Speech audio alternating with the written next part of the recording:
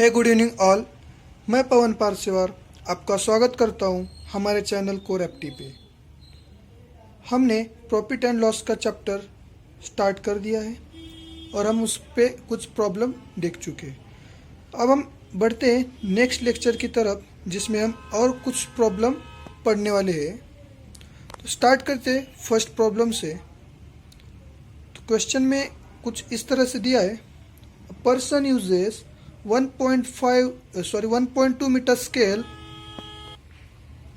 1.2 meter scale which reads 1 meter while purchasing the cloth, and uses 80 centimeter scale which also reads 1 meter while selling it. He sells at cost price and gives 10% discount. Find his gain or loss percent. अब देखिए, सबसे पहले जो step होती है हमारी, वो होती है क्वेश्चन को अच्छे से रीड करना होता है। क्वेश्चन को हमें समझ लेना होता है। जब हम क्वेश्चन को समझ लेते हैं, वहीं पर हमारा 70% तो भी प्रॉब्लम सॉल्व होना चाहिए। अब देखिए, पर्सन मतलब एक शॉपकीपर है। जब वो कुछ क्लॉथ खरीदने जाता है, उसकी शॉप में सेल करने के लिए कुछ क्लॉथ खरीदने जाता है, तो क्या करता है, वो अपनी खुद की स्केल लेके जाता है, जिसपे मार्किंग तो है 1 मीटर की, लेकिन वो रीड कितनी करती है 1.2 मीटर।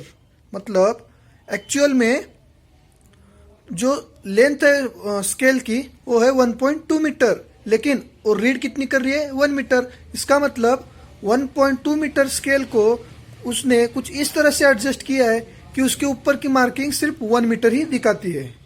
और जब वो क्लॉथ परचेस कर रहा होता है, तो वहां पर वो बोलता है कि मैं मेरी स्केल से ही क्लॉथ देखूंगा या फिर क्लॉथ को मेजर करूंगा। फिर वहां पर वो कुछ जो क्लॉथ होते हैं वो खरीदता है। ऐसा फर्स्ट लाइन में दिया है। अब देखिए सेकेंड लाइन में क्या दिया है, and uses 80 centimetre scale which also reads 1 metre while selling it. Selling it का मतलब है जब क्लॉथ को सेल कर रहा है तो 80 सेंटीमीटर स्केल है उसके पास, जो 1 मीटर ही रीड कर रही है। अब सेकंड कंडीशन में क्या है, जो उसके पास स्केल है उसकी एक्चुअल में लेंथ है 80 सेंटीमीटर, लेकिन उसने उस स्केल को इस तरह से एडजस्ट किया है कि वो 80 सेंटीमीटर की स्केल 1 मीटर की रीडिंग दिखाती है। जब हम स्केल देखते हैं कि दुकानदार कोई चीटिंग तो नहीं कर रहा है, तो हम क्या देखते हैं कि उसकी मार्किंग कितनी है, लेकिन उसने उस पे ऊपर मार्किंग 1 मीटर की ही की है, लेकिन एक्चुअल में लेंथ कितनी है 80 सेंटीमीटर जब वो क्लॉथ सेल कर रहा है। और लास्ट में क्या बोला है, और वो कितने में सेल कर रहा है, कॉस्ट प्राइस में, और ऊपर से 10% का डिस्काउंट भी दे रहा है। मतलब अगर वह इंसान या फिर वह शॉपकीपर 100 रुपीज में खरीदता है क्लॉथ, और कंडीशन के अनुसार वह जो क्लॉथ है 100 रुपीज में ही सेल करेगा। मतलब 100 रुपीज पर मीटर खरीदता है तो 100 रुपीज पर मीटर ही सेल करेगा, और ऊपर से 10% का डिस्काउंट भी देगा। अब हम समझते हैं एक्चुअल में प्रॉब्लम है क्या। देखिए, शॉपकीपर है, उसके पास 2 स्केल है। पहली की लेंथ है 1.2 मीटर, लेकिन उसके ऊपर मार्किंग 1 मीटर की ही है। और सेकेंड स्केल की जो लेंथ है वो है 80 सेंटीमीटर, लेकिन उसके ऊपर की मार्किंग भी 1 मीटर की है। अब यहाँ पर जब वो खरीदने जाता है क्लॉथ, तो 1.2 मीटर वाली स्केल से खरीदता है, और जब क्लॉथ को सेल करना होता है तो 80 सेंटीमीटर वाले स्केल से क्लॉथ सेल करता है, और ऊपर से वो कॉस्ट प्राइस पे सेल करता है और 10% का डिस्काउंट देता है। मतलब अगर मैंने 100 रुपीज पर मीटर से क्लॉथ खरीदा, तो मैं 100 रुपीज पर मीटर से क्लॉथ सेल करूंगा और ऊपर से 10% का डिस्काउंट भी दूंगा। अब हम बढ़ते हैं सॉल्यूशन की तरफ। देखिए, मैंने जो क्लॉथ खरीदा उसका जो कॉस्ट प्राइस और सेलिंग प्राइस में अब हम देखते हैं। सपोज 100 रुपीज पर मीटर हमने मतलब मान लिया है। क्यों? ताकि हमें कैलकुलेशन में आसानी हो। 100 रुपीज से मैंने बाय कितना किया 1 मीटर, मैंने सेल कितना किया 1 मीटर, लेकिन एक्चुअल में रीडिंग कितनी थी, कॉस्ट प्राइस में जब मैंने बाय किया 1 मीटर तो उसकी रीडिंग थी 120 सेंटीमीटर, और जब मैंने सेलिंग प्राइस में सेल किया उसको तो 1 मीटर तो सेल किया, लेकिन उसकी एक्चुअल में रीडिंग कितनी थी 80 सेंटीमीटर। अब यहाँ पर कॉस्ट प्राइस मेरी होगी कितनी 100 डिवाइड बाई 120, और सेलिंग प्राइस होगी कितनी 100 डिवाइड बाई 80। ओके, पर सेंटीमीटर की जो कॉस्ट है वो कितनी होगी 100 डिवाइडेड बाय 120, और पर सेंटीमीटर की जो कॉस्ट है यहाँ पर होगी 100 डिवाइड बाय 80। अब देखिए हमें जो प्रॉब्लम को समझना है वो पूरा का पूरा प्रॉब्लम इस लाइन पे बेस है। ये जो लाइन है ना, इस लाइन पे हमारा पूरा प्रॉब्लम बेस है। अब यहाँ पर रीडिंग 120 सेंटीमीटर है और रीडिंग 80 सेंटीमीटर है, ये फंडा क्या है? अब हम ये फंडा यहाँ पर देखते हैं। देखिए 120 सेंटीमीटर क्या है? जब मैंने क्लॉथ खरीदा तो मुझे 1 मीटर में 120 सेंटीमीटर का क्लॉथ मिल गया, और जब मैंने सेल किया तो कितना किया 80 सेंटीमीटर सेल किया। अब हम 120 को कुछ इस तरह से लिख सकते हैं, 80 प्लस 40 लिख सकते हैं ना, 120 इज इक्वल्स टू 80 प्लस 40। अब देखिए 120 क्या है? जब 100 रुपये देके या फिर 100 रुपीज़ देके हमने क्लॉथ को खरीदा। 80 क्या है? 100 रुपीज़ लेके हमने 80 सेंटीमीटर का क्लॉथ सेल किया। अब देखिए यहाँ पर 120 सेंटीमीटर हमने बाय किया 100 रुपीज़ में, 80 सेंटीमीटर हमने सेल किया 100 रुपीज़ में। अभी तक डिस्काउंट नहीं दिया है, ओके। हमने सेल किया 100 रुपीज़ में। अब बचता कितना है क्लॉथ हमारे पास? 40 सेंटीमीटर बचता है 1 मीटर से, बराबर है। 120 में से 80 गए, बचे कितने 40 सेंटीमीटर का हमारे पास क्लॉथ बच गया। अब सिंपल है, सिंपल सा कैलकुलेशन है यहाँ पर। अगर हम 80 सेंटीमीटर क्लॉथ 100 रुपीज़ में सेल कर रहे हैं तो 40 सेंटीमीटर क्लॉथ कितने में सेल करेंगे? 50 रुपीज़ में करेंगे। कैसे? अगर आपके पास आपने 10 चॉकलेट खरीद लिए 100 रुपीज़ में, ओके, 10 चॉकलेट आपने खरीद लिए 100 रुपीज़ में, और अगर आपको और 5 चॉकलेट खरीदनी है तो आप कितने में खरीदोगे? 50 रुपीज़ में खरीदोगे ना। तो उसी हिसाब से हमने 80 सेंटीमीटर क्लॉथ 100 रुपीज़ में सेल कर दिया है। अब कितना करना है हमें? बचा है कितना 40 सेंटीमीटर। तो 40 सेंटीमीटर हम ऑब्वियसली उसके हाफ प्राइस में ही करेंगे ना, हाफ 50 रुपीज़ में। अब ओवरऑल में देखेंगे तो मुझे कॉस्ट प्राइस कितनी होगी 100 रुपीज़। कैसे? क्योंकि मैंने 100 रुपीज़ देकर 120 मीटर का क्लॉथ खरीद लिया। अब क्या है सेलिंग प्राइस क्या होगी मेरी? 120 सेंटीमीटर जो ओवरऑल क्लॉथ है मैंने उसको कितने में सेल किया? 100 प्लस 50, 150 रुपीज़ में मैंने टोटल जो क्लॉथ है सेल किया। नाउ हम अभी अप्लाई करते 150 पे सेलिंग प्राइस पे 10% का डिस्काउंट। नाउ देखिए 10% डिस्काउंट ऑन सेलिंग प्राइस, ये कहां से आ गया? क्योंकि क्वेश्चन में हमें बोला है कि 10% का डिस्काउंट भी मैं दे रहा हूं, मैं यानी शॉपकीपर, ओके। अब देखिए 150 को माइनस 10% करेंगे तो क्या होगा? 150 माइनस 1/10 इंटू 150। अब 1/10 कहां से आ गया? 10% का फ्रैक्शनल में होता है 1/10। हमने परसेंटेज वाले चैप्टर में अच्छे से पढ़ चुके हैं। अब देखिए 0 कैंसिल हो गया, 150 में से 15 माइनस हो गए, बचे कितने 135, ओके। अब हमें करना क्या है? 135 को, इस इक्वेशन को अब हम यहाँ पर देखते हैं। From equation number 1 final and overall cost price क्या हो गया हमारी? 100 रुपीज़, मतलब हमने 100 रुपीज़ देके 120 सेंटीमीटर का क्लॉथ खरीद लिया। सेलिंग प्राइस कितनी हो गया हमारी फाइनल? 135। 135 कहाँ से आ गई? कैसे?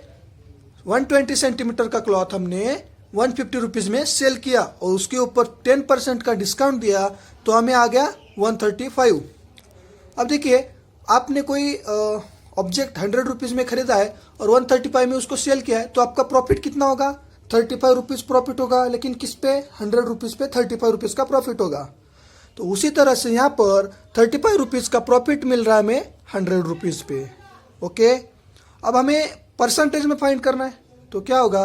35 रुपीज़ का प्रॉफिट ऑन 100 इंटू 100, 100 कैंसल, तो हमें ओवरऑल प्रॉफिट कितना मिला? 35% का ओवरऑल प्रॉफिट मिल गया। देखिए दोस्तों ये बहुत ही मतलब टिपिकल क्वेश्चन है और एक क्वेश्चन आ चुका है, इसलिए मैंने इस पे थोड़ा सा जोर देके एक्सप्लेन किया है। अब हम नेक्स्ट क्वेश्चन देखते हैं। नेक्स्ट क्वेश्चन में है a man sells 2 flat at the rate of ₹1.995 lakh each.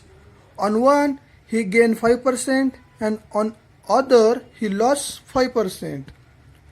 His gain or loss percentage in whole transaction. क्या बोल रहा है?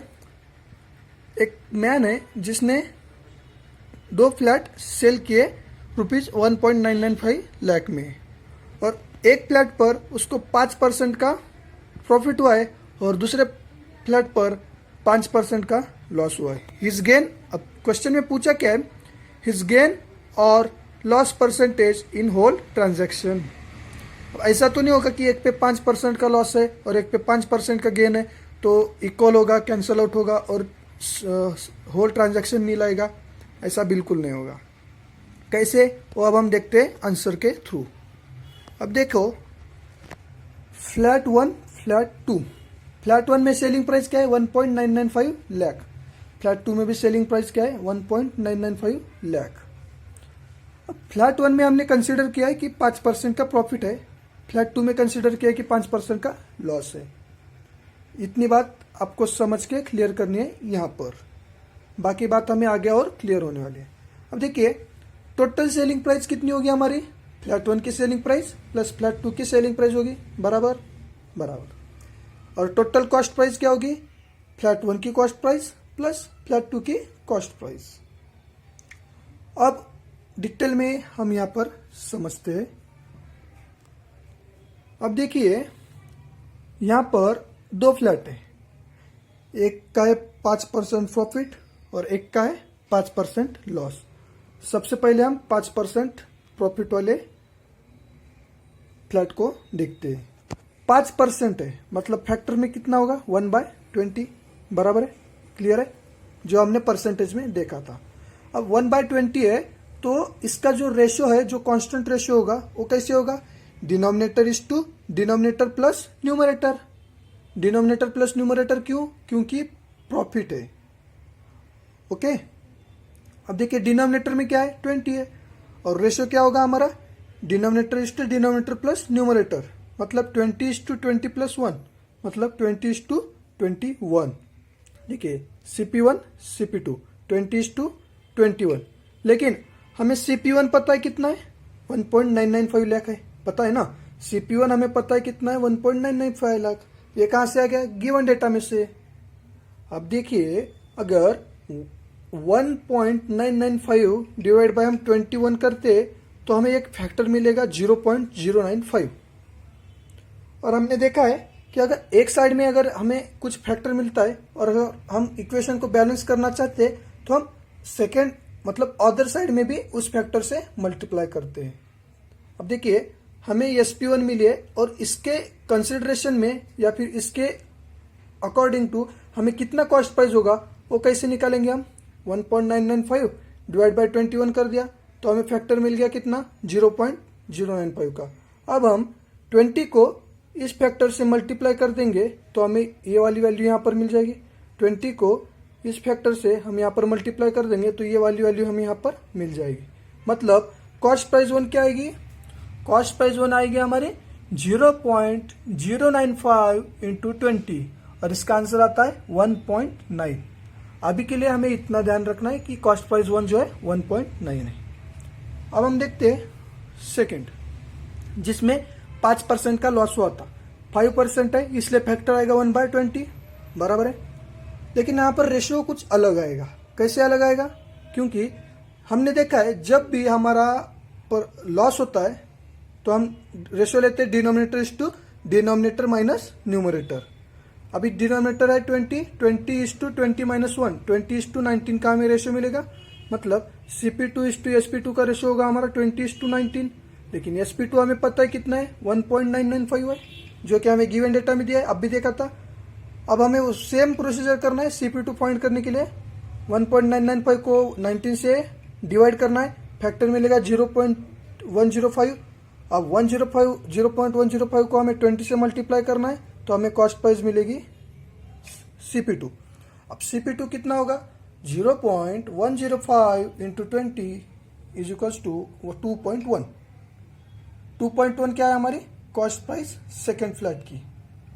अब हमें यहाँ पर ध्यान रखना है सेकेंड फ्लैट की कॉस्ट प्राइस 2.1, फर्स्ट की 1.9।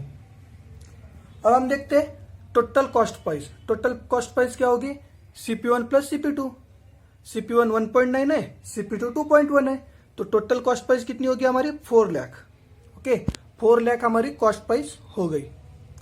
अब यहाँ पर देखिए सेलिंग प्राइस कितनी होगी total. Selling price of flat 1 plus selling price of flat 2 1.995 plus 1.995, तो यह हमें मिलेगा कितना 3.99 मिलेगा, 3.99 लाख मिलेगा। अब कॉस्ट प्राइस है 4, सेलिंग प्राइस है 3.99, मतलब आपने 4 रुपीज देके एक ऑब्जेक्ट लिया और आपने उसको 3.99 रुपीज में सेल किया, तो आपको लॉस कितना होगा 0.01 का लॉस होगा 4 पे। अब हम इसको परसेंटेज में फाइंड करते हैं। ओके, मतलब हमें 0.01 लाख का लॉस हुआ 4 लाख पे, तो परसेंटेज में कितना आएगा 0.01 डिवाइड बाय 4 इंटू 100। इसको हम डिवाइड करेंगे तो 25 आएगा, 25 इंटू 0.1 आएगा 0.25। मतलब हमें जो टोटल ट्रांजैक्शन में लॉस हुआ है वो हुआ है लॉस ऑफ 0.25% का। देखिए इस एग्जांपल से हमें ये तो क्लियर हो गया कि अगर एक फ्लैट पे 5% का गेन है और सेकंड फ्लैट पे 5% का लॉस है और उनकी सेलिंग प्राइस मेन है, सेलिंग प्राइस सेम है, तो हमें होल ट्रांजैक्शन में प्रॉफिट होगा या लॉस होगा वो हमें फाइंड करना होगा, ना कि नील करना होगा। तो फाइंड करने से हमें पता क्या चला 0.25% का हमें यहाँ पर लॉस हुआ है, मतलब 100 रुपीज पे 0.25 रुपीज का लॉस, मतलब 10,000 रुपीज पे 25 रुपीज का लॉस हुआ और 1 लाख पे 250 रुपीज का लॉस हुआ है हमें। इस तरह से ये एग्जाम्पल था। अगर आपको ये वीडियो अच्छा लगा होगा तो दिल से लाइक करना, चैनल पे नए हो तो सब्सक्राइब जरूर कर देना।